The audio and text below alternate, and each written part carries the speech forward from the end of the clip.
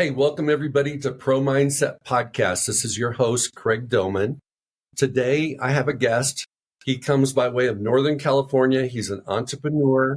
He's a businessman. He's a dad. He's a husband. Borja Cuan. Borja, welcome to Pro Mindset.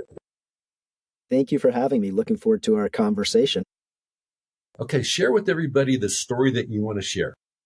What is the thing that you would like our audience to know about you, your background, so that we can have an unbelievable conversation today? Yeah, I mean, if I think of my story, I feel obligated to talk a little bit about my upbringing. So before getting into sort of the entrepreneurial journey, I was raised in a small town in Massachusetts, about 45 minutes west of Boston. My parents both immigrated here from other countries, Spain and Cuba. My dad was an educator and my mom was a small business owner. I have three siblings, two brothers and a sister, and I really look back on my childhood and have fond memories. And that's primarily because I had great parents who sacrificed a lot to provide a good life for us. We were not wealthy by any means. We were a lower middle class, but I never felt as a child like I was missing anything. Had a home, had food, hot water, all the comforts I needed to feel good. Great parents who supported us and really provided very privileged educational opportunities for us at a very young age, not because we could afford it. We were on financial aid and qualified for financial aid. But my father, being an educator, really placed a lot of emphasis on education. So for him, that was number one. And so we attended private schools on the East Coast, really good private schools that, frankly, were great experiences looking back on it, both academically, athletically, formed some great friendships, met a lot of people from different parts of the world, socioeconomic backgrounds.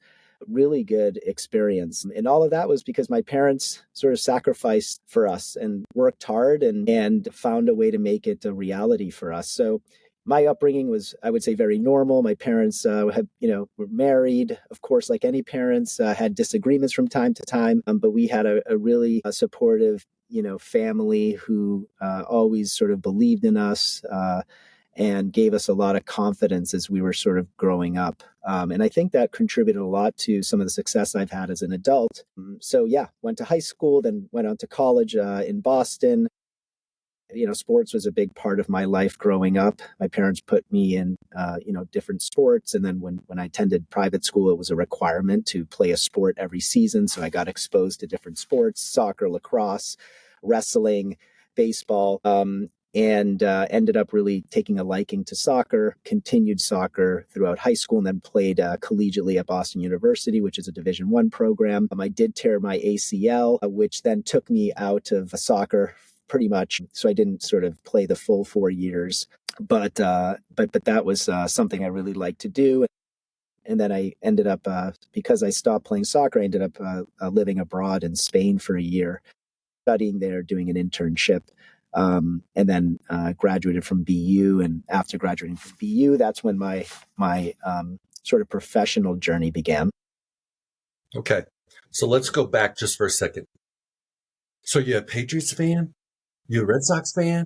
God, when people ask me this, they're surprised with my answer.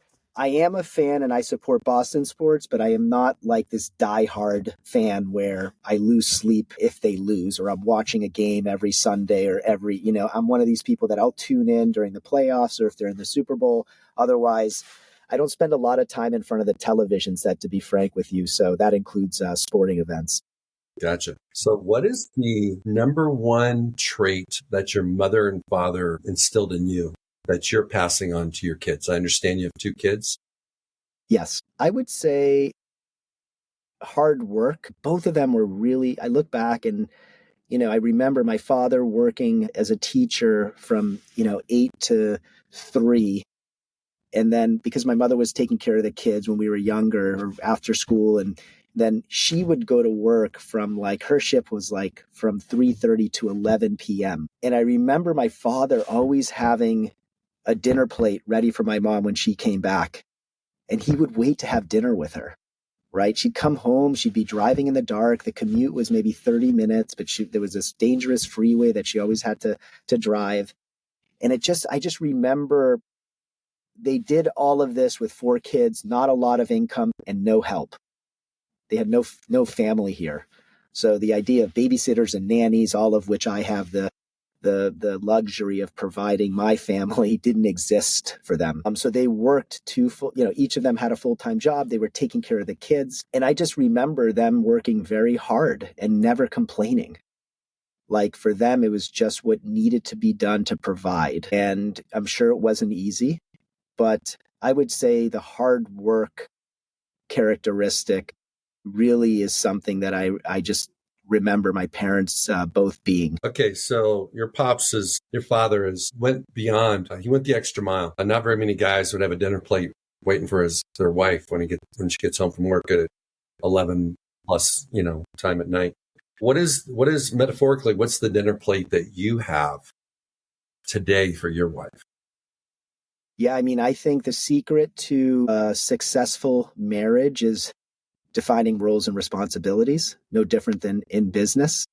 So what has worked for me in my marriage to my wife is she has a job no different than I do. I'm the CEO of a company. She's the CEO of our home. One job generates income, the other does not, but they are both equal irrespective of that. So she has a lot of responsibility, volunteering at school, preparing meals, running errands. There's just so many things. Investing in herself, her health is a big part of that. Taking time for herself, picking up the kids, taking them to sports. There's just a list of things that she has in her job description that she has to do at an expert level for things to be operating smoothly. And I also, as a CEO of a business, have a job description. And we were very clear on what those job descriptions were. And we support each other, meaning she understands if I have a work obligation that I have to attend and vice versa. I understand what her day looks like. And if she has something going on, then I'm also there to support her. So I think for us, it would be so difficult without her because she allows me to not worry about things that are very important to the overall health and quality of life of my children. And it helps me be better at what I do in operating my business because she's so good at what she does. But only that would be possible if we were very sort of communicative on what each of us has to do to contribute to the success of our lives as a family. Absolutely. Okay, your mother is from Spain? Yes. You did a study abroad in Spain. How did that connect you to your heritage differently than perhaps if you never went to study abroad? Yeah, that's a really good question. So growing up, we would occasionally vacation in Spain during the summer months. We would visit my mother's side of the family. She had 2 sisters, a brother, her father, now he's deceased, but we would visit them every other summer, let's call it. But I was young, so I don't remember really the relationship I had with my cousins because I was too young. But it was when I studied abroad as an adult, my junior year in college, junior into senior year, that it really allowed me to connect with my family from my mother's side, my aunts, uncles, and cousins. And it was actually probably one of the 2 biggest takeaways from that which wasn't really something I thought of when I went there. I knew I would be visiting with my family. I knew I would see them periodically, but I didn't realize how much of a deep connection I would make with them, where even my mother was so happy and impressed because her sisters and her brothers were calling and saying, he's at our house again, hanging out with his cousins and having a meal with us. And I really bonded with them and ended up spending a lot more time than I thought I would with aunts and uncles that I didn't really know and cousins that I didn't really know because I only knew them when I was younger. And then many years went and we didn't visit Spain. And so it was one of the I would say, the biggest positives that I got out of that was really connecting and really learning more about my mother's side of the family, getting to know them, learning more about where she grew up. And that experience was really memorable because I don't think I ever thought I was going to get that out of it. One of the coolest things is when there's unintended consequences and you learn something you didn't expect, you experience something you didn't expect. to be connected at a higher level than you could imagine. All that stuff's awesome.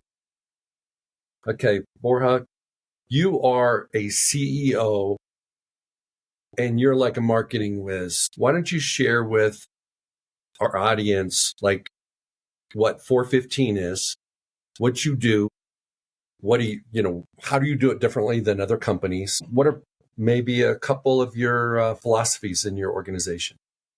Yeah, so we are a 8-year-old growth marketing agency that helps businesses of all shapes and sizes and stages of development advertise across various digital marketing platforms: Google, Instagram, Facebook, LinkedIn, Pinterest, TikTok, and a few others. So we have different types of businesses that come to us and say, we are looking to grow, scale, generate more sales, generate more leads, create pipeline of opportunities. We need your help in deploying this money across the different platforms that make sense for us based on the users we're trying to reach, and do it at a specific ROI, like, cost to acquire a customer. And so we are experts at really understanding how to utilize those platforms to maximize revenue and profits for businesses. We currently have about $220 million a year under management. That's what we did in 2024. So it'll be north of that in 2025, but we managed about $220 million in ad spend last year on behalf of about 32 companies. On one end of the spectrum, we work with a $5 million a year business.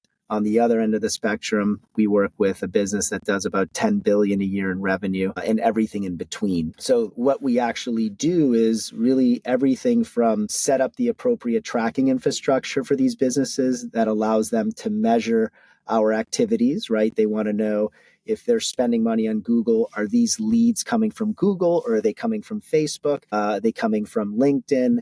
If so, what's the sort of deal value? So we're setting up very sophisticated and advanced tracking to ensure that all of the efforts are being measured and tied back to individual sources. And then once we set up the tracking, that's when we go out and we start building campaigns for them. We push those campaigns live. We're optimizing those campaigns to ensure we're hitting the goals for that client. So ultimately for us, it's a tough business in that every client that we have is very direct response oriented, meaning they are looking for a very specific action to occur. They're not interested in people looking at ads or clicking on ads. They need those users to actually make a purchase, fill out a lead form, something that drives customer acquisition. So all of this is measurable. So we're held accountable to that. So for us, being results oriented is really the number one thing for our business. Outside of building relationships, I would say driving performance and results is a requirement in order for us to retain business in growth marketing. And then how are we different? I would say, we're in a very commoditized space, a highly competitive environment. A lot of people will say pretty much everything that we say. The way I would say we are different is perhaps in our approach to winning business, which is we take a very consultative approach and provide a lot of value free of charge before anybody signs a contract.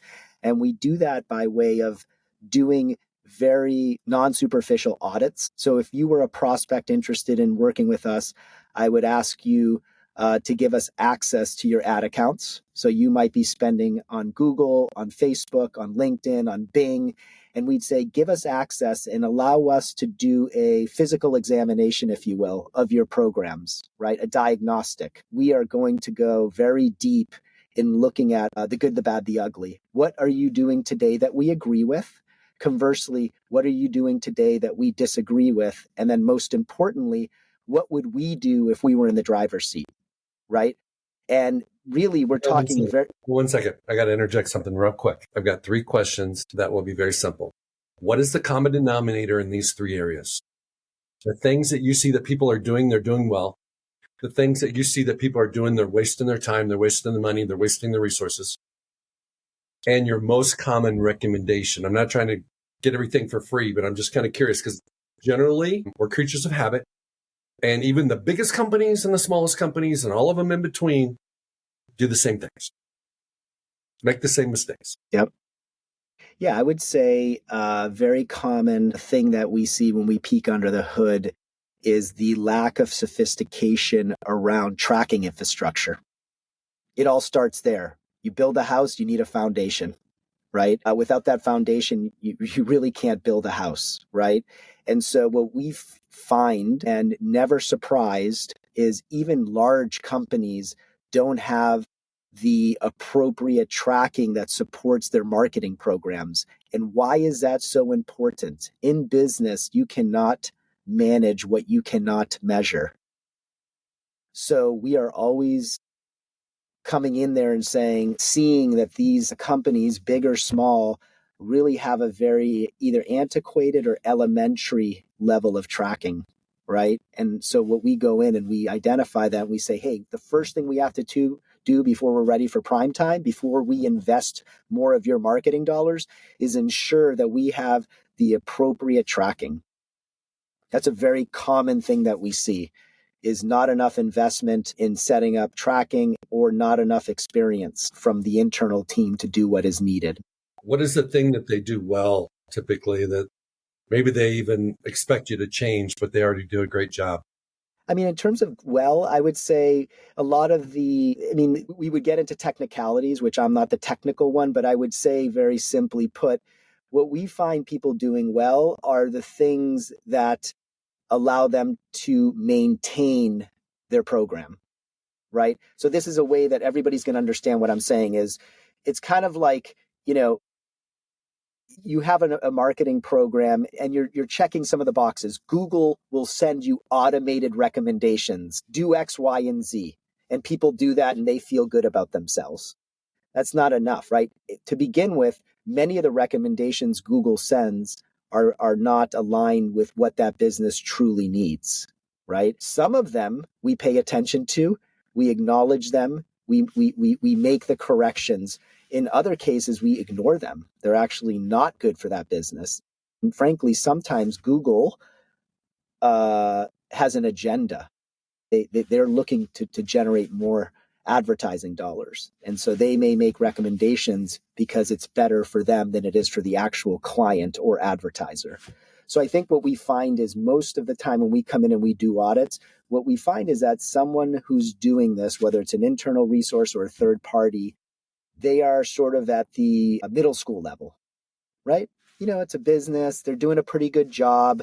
It's not advanced. It's not going to allow for expansion. It's not going to get them to the next level, but it works, right? It's a very basic level. As you know, like in sports, in business, there are levels to the game. In what we do, there are levels to the game. There's a lot of agencies. Some of them are very bad. Some of them are average, and some of them are exceptional, right? And it's hard for people to know, unless they're technical, what someone is doing well or not. That's when you need a third party to come in and really do an audit and have the technical proficiency to understand what are these things and explain in a way that's easy to understand. But I would just say, like, more often than not, what we say to companies is, okay, yeah, these guys are, doing some of these things well, but these aren't the things that are going to move the needle. These aren't huge impact things. The things that are most important, that make the greatest impact, is this, right? And so, yeah, I mean, I would say that's kind of what we see, is that they don't have someone that's paying attention to the details, has the knowledge, experience to get them to that next level, which is what their business needs. Okay. Let's say if someone's listening and they're an entrepreneur, and they're selling a coaching program of some type, or it's a people business. It's not a product business. It's a service. What is like something that they all waste their time doing, that if they hear this, they can go, okay, I need to call this guy because I'm not going to do what somebody just told me to do, which is what you just said was not something they should do. Where do people spin their wheels the most? I think they spin their wheels trying to be good at what we do. And they should focus on what their strengths are, which is the content of this class, right? This coaching class. They're probably subject matter experts. They're probably very good in front of a camera. They're probably very knowledgeable. They can probably draw people in. They're not media buyers. They're not. Like, sometimes what I find is that business owners or entrepreneurs think they can do what we do very well. And my advice to them is focus on what your core competency is, which is content creation, which is you have this vision for this business. Let's work together, but hire people that are good in these other areas that you need to propel your business. I know it's going to cost you money, but the only way you scale is by investing. And you might lose money in the beginning, but it's either going to be a little side hustle, making you a little bit of money. And by the way, there's nothing wrong with that. And it's going to pay the bills and maybe a little bit more. But if you want this to be a real business, you have to start applying resources that support that, right? Like you have to start investing in resources. So what I would say to them is align with someone who's really good at helping you take that content, deploying it across the appropriate marketing platforms. In this case, maybe it's a social media, whatever it is, based on the ideal customer profile, based on who they're trying to reach. We want to get in front of those people. But what they can be really good at is helping us with the content creation side, which they're probably really good at, which if they have a class or a course, they probably have a lot of that.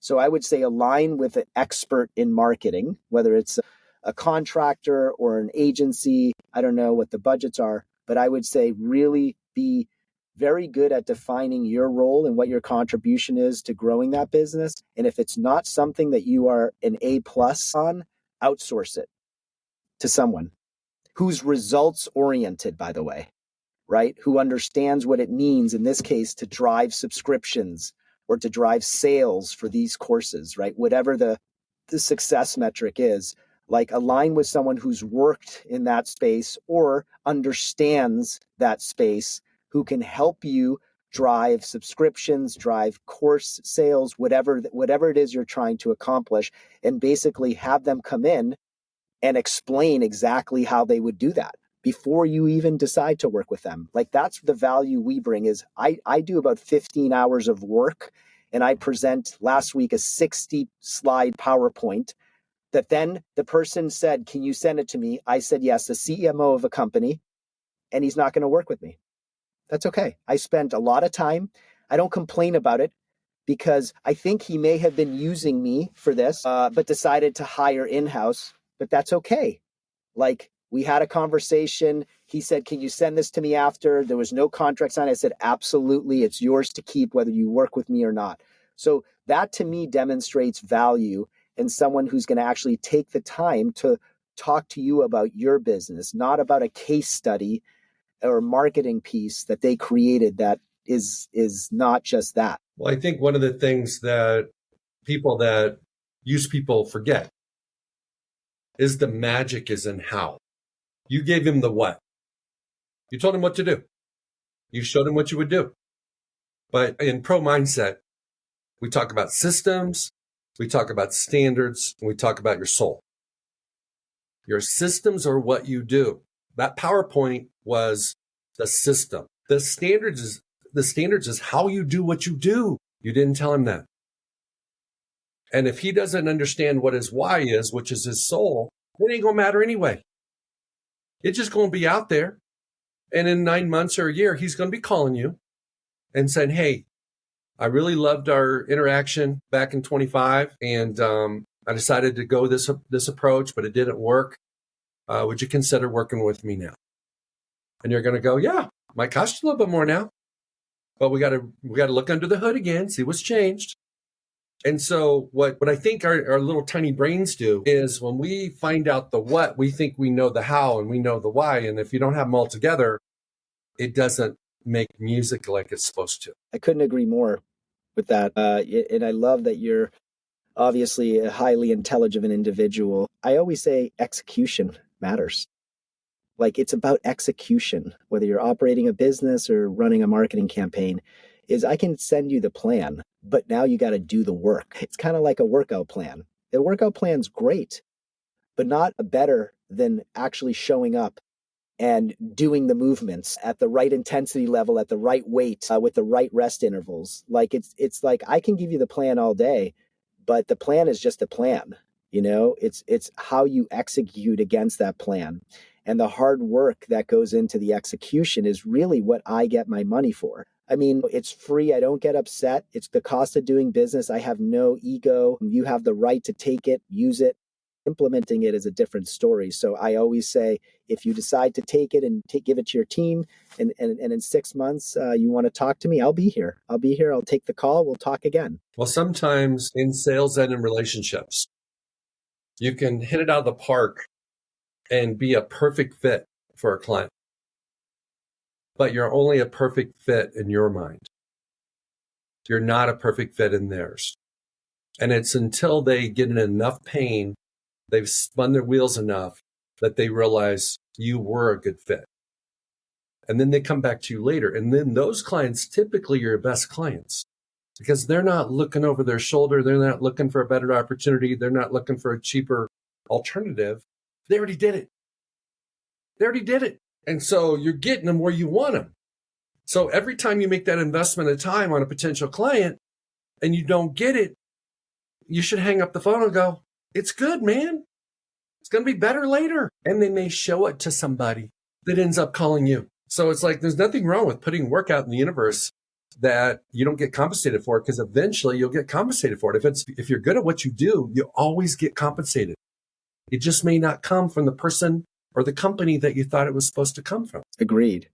And, I will say, I always do look back and say, well, was there something I could have done better? I maybe didn't do enough that convinced that prospect to work with us. So there's the mentality of I'm okay with it. We did it. He took the work. But then it's also like making sure that we did a good enough job to convince him, because there may have been an instance where we just failed to do a good enough job to convince him that we were the right solution or create the right sense of urgency. So there's a piece of me also that says, God, I really wanted this deal. In this case, we don't know if we're going to get it yet. It's a good opportunity for us, though. So I also want to make sure that I am constantly evaluating my performance on the sales side to ensure that there wasn't an opportunity to do better or do something differently during that process, because, I have a lot of room for improvement, and I need to be very self-aware of that, because the moment you think you've peaked, and that the moment you think, oh, well, who cares? It's his problem, not mine, or he didn't see the value and he should have. I don't like that mentality. It's a bit arrogant, and I want to try to strive for constant improvement and evaluation of performance on myself, no different than I do with my personnel. Okay, so here's my perspective in listening to you. You said two things that we all say: creating a sense of urgency with our client, with our prospect. And the second thing you said was convincing them of the value. Well, let's peel the onion a little bit.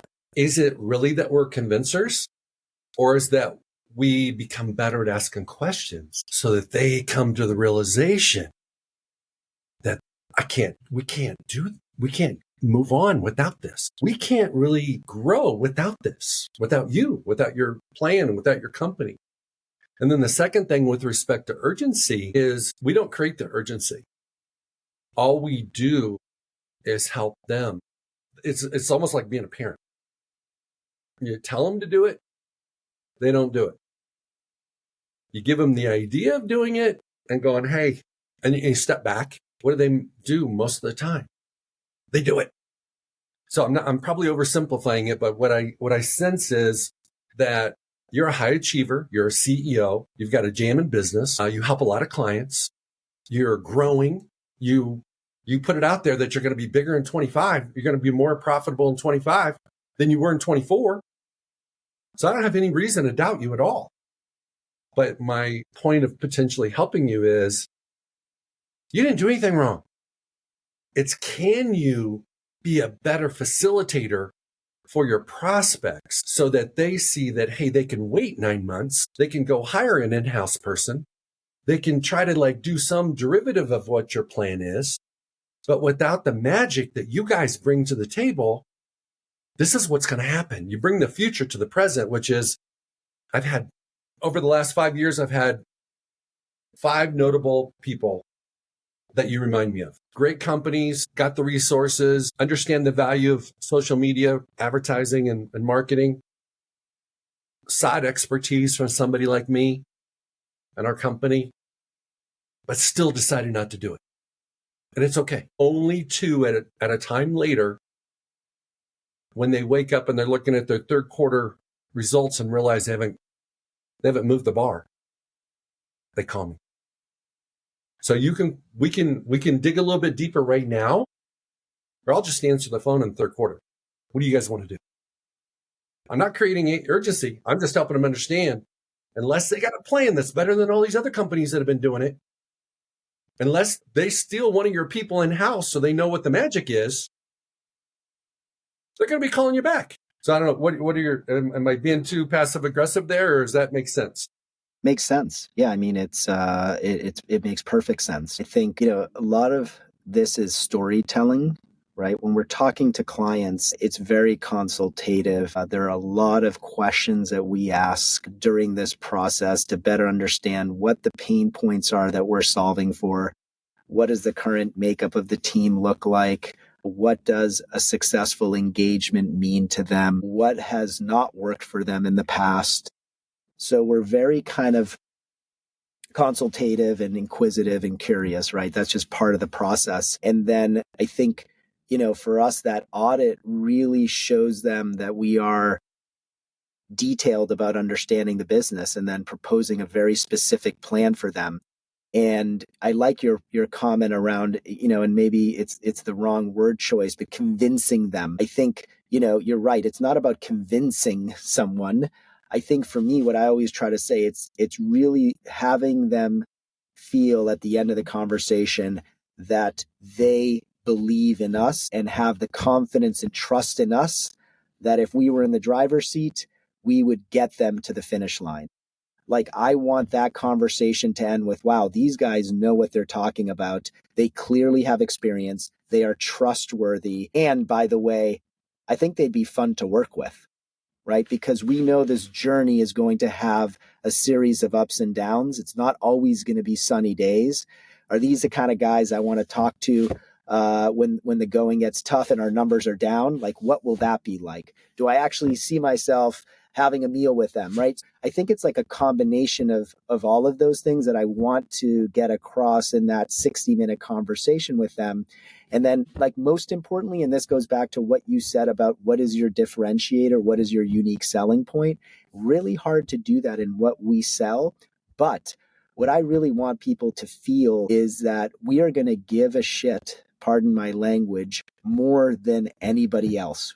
That we are obsessive over keeping business once we earn it and retaining it and winning. Like, we are obsessive, meaning if you email me on a Saturday or my business partner, we're responding. And the reason we're responding is because we know it's important to you. So, I want them having that feeling like these guys are really obsessive over winning.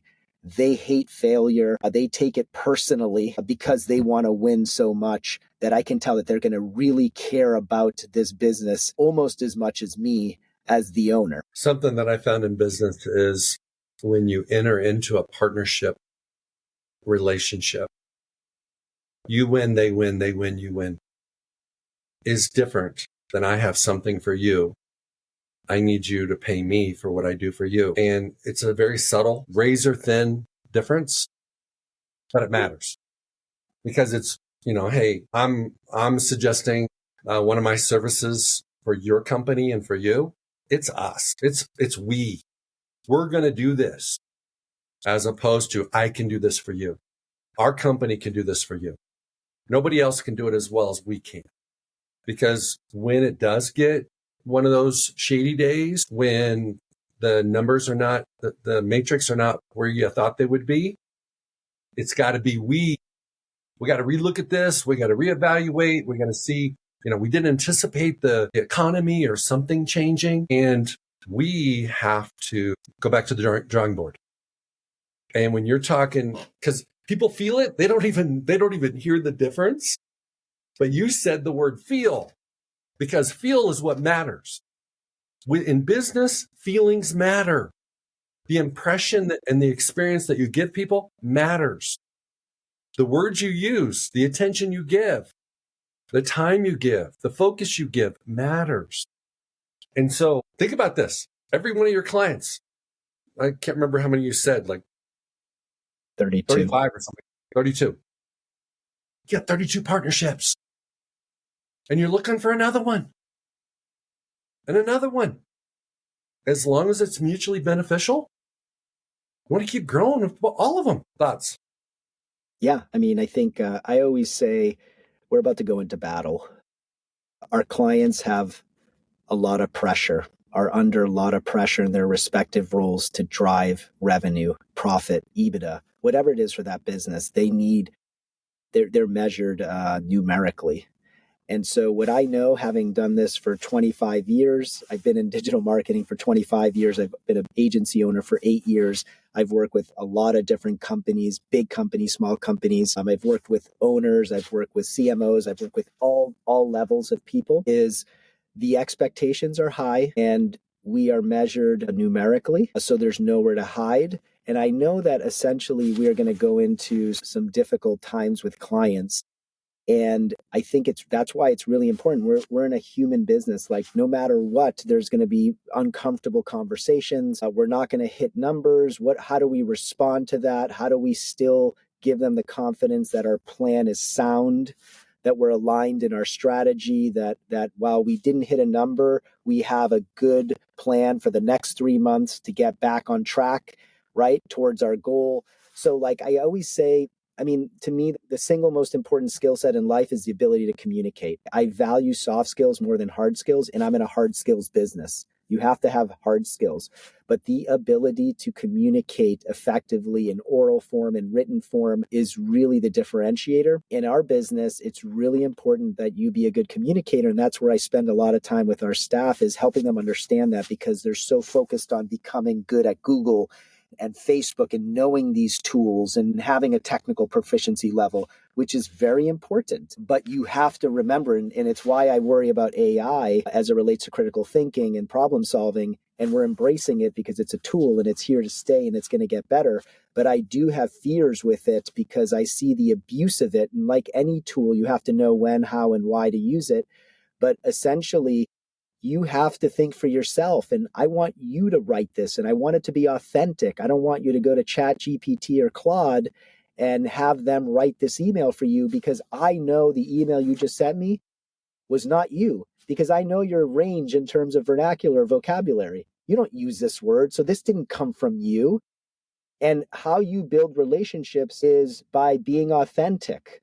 That's why I'm work from home full time. That's why I don't want to do Zoom all the time, because there will never be a replacement for sitting in a room with a person or sharing a meal with them. You'll cement the relationship that way, right? So I think, communication in business, regardless of what role you have, and being transparent and good at that, makes the difference between good and bad. Okay, I got to ask you a question here. This is, you play college sports, college soccer, participate in a lot of sports in your private schools. You're not a sports nut, but you understand the parallels between sports and business. As the CEO of your company, you set the culture. Everybody does what you do more than they do what you say.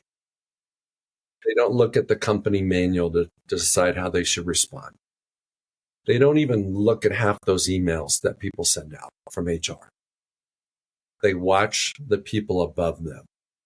How do you prepare and train on a daily and weekly basis so that you can hold space for people, that you can be patient with people, that you can be that CEO that is approachable, impactful, influential? What are your patterns? What are your daily habits? What do you do to recharge your battery?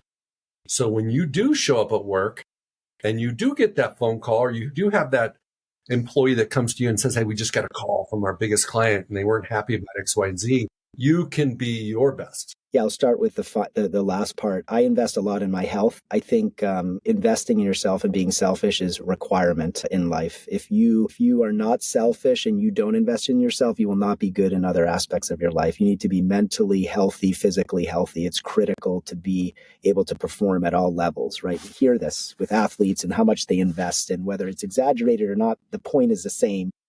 They invest in themselves, right? To be able to deal with what awaits them in life. Personally and professionally, life is tough.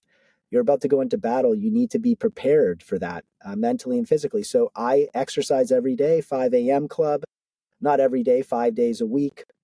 I'm in the gym. I sleep. I am very aware of sleep being important. I sleep and my nutrition is good. And I do recovery. So I do all the things you hear about that athletes do, not at the level they do because I don't have the resources, but I do it at a pretty high level. And I've already noticed how much impact that has on me being a good husband, a good father, a good CEO, having patience, enduring through the pain and suffering, which is my superpower. I have the ability to endure a lot of pain and suffering. I have the ability to manage stress. I embrace stress. I don't reject it. I think it's part of life. The moment you understand that, the better you cope with it. Like, I just know I'm always going to have things in my life that are stressful, but I choose to focus on what I can control. And I also know, like anything, it will pass, right? So I have the mental ability to have that point of view. And when I'm dealing with something that's very intense in terms of a business situation or a personal situation, I just go to dark places and say, hey, it could be worse.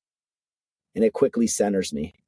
We're not talking about cancer. Those are real problems. Those will prevent me from hitting the gym probably and sleeping. Those will have a different level of impact where I may not be as in control as I am when it comes to a business deal or a parent thing. When it comes to health and we're talking about diseases or things that could lead to death, those are serious matters that I haven't had to deal with. But then I have a different situation on my hands. But in general, the short answer is I invest in myself. And that allows me to do what I need to do to be successful in business and to be successful in my personal life. And I think in terms of the other questions that you asked, I think for me, what I like to do with my team is be very clear and transparent with them on what my expectations are of them. And I would also like to know what their expectations are with me. So day one, before you even work here and you're interviewing, I want to know that. And I want you to know what you're about to get into. Because I want to be as transparent as possible so that you are not surprised, right? It's a tough environment and we're looking for a very specific person. We're not looking for someone that is asking on the first interview, question number one, what's work-life balance? That's the wrong question to ask me. Like when you ask me that question, you've been DQ'd. Like it's just not the type of person I want. And if I talk to my kids and I coach, I have two stepkids in college and I coach them on interviews and they bring their college friends in and I've done Zooms and I just advise them on things. And I would tell my 5-year-old and my 9-year-old, don't ask that. That's a silly question to ask. And I know other companies embrace that. I don't embrace that. That's just a very soft question. You're asking the wrong questions. Maybe down the road, you put in some time, you've worked hard, you've earned that ability to ask that question. I mean, nowadays it's a very different environment. I've had people that, don't want to come into an office. And I say, you live only 3 minutes from the office. Why don't you want to come into the office? Well, my dog needs to take a pill and I like to do my laundry, and just a DQ right away. Wrong answer to the question. So the point is, I have a very strong opinion on these things, but I think setting the expectation so that you know what you're getting into and vice versa is important. We are going to support you here. I'm always available for my team, no matter what time, what day. Ask me. My calendar is free, open door policy. You book time. I want you to succeed. And I want you to prosper. And that's one of the things that I'm most proud of having this business, is that everybody that has come in has left better and has put themselves in a position to earn more money, earn more responsibility, start their own agency. And I'm always like giving them high five on the way out, like, great job. It's a success metric for me. If you started here at a certain level and you've left at a much higher level, then we've done a good job. So I think like that's my view, and business and sports are so similar in that I always tell my team, practice. It's perfect practice makes perfect. Like, they're spending time on the court and off the court practicing. Like, they're investing in their career. The mentality of that is all on me is a bad mentality. I am not in control of the culture solely. I'm not in control of your destiny, your success or lack thereof. You're in control. And you have to put the time in during work and after work, not on your side hustles. It's on the craft that you want to be the best at, right? Do you want to be good at 5 different things? Well, I have a belief that you should only be focusing on one thing and be really good at it, right?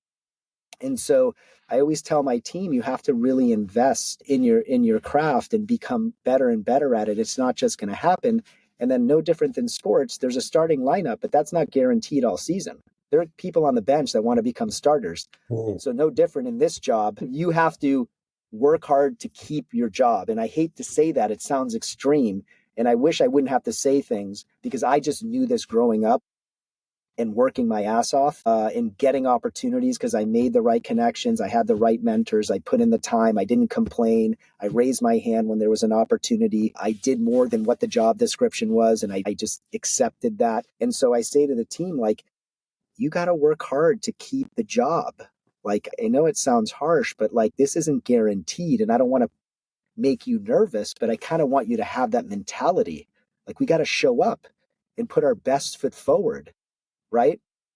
I think it's that's sort of the type of environment I'm trying to create. I want to do a good job of setting expectations, understanding what people want to get out of this experience, and then working with them on a plan to ensure that they can accomplish those things. Let me regurgitate back what you just said. To be successful in your career as a CEO, you need to invest in yourself so you can show up. So not only can you think clearly, you can respond to unexpected curveballs. You want everybody to know transparently what the expectations are both ways before you get into bed together, before you make the offer. Because if you can abort that hire before they start, it's a lot faster and a lot cheaper for everybody. And then the third thing you basically said was you wanted to grow and develop and support your people so that if they outgrow or they need to relocate, they're better off when they walk out the door than when they came in. And those are 3 awesome things. But I want to go back to the invest in yourself. What's the one investment you make that you got to make every week that if you didn't make it, you would show up differently? It's the 3 things I said: training, sleeping, and what I put in my body. It alters me immensely, mentally and physically. It's now become where if I don't do it, it's just part of my life. It's a requirement. In fact, it's a tricky thing to do in business because you're crossing into personal territory. Require this of my team, but I only express what I hope for them and say, and even give them the flexibility to do it during work hours. We have a Lifetime right across the street, beautiful gym. Just go there if you want to work out during work. Just block your calendar. I support you. So for me, those are the 3 non-negotiables.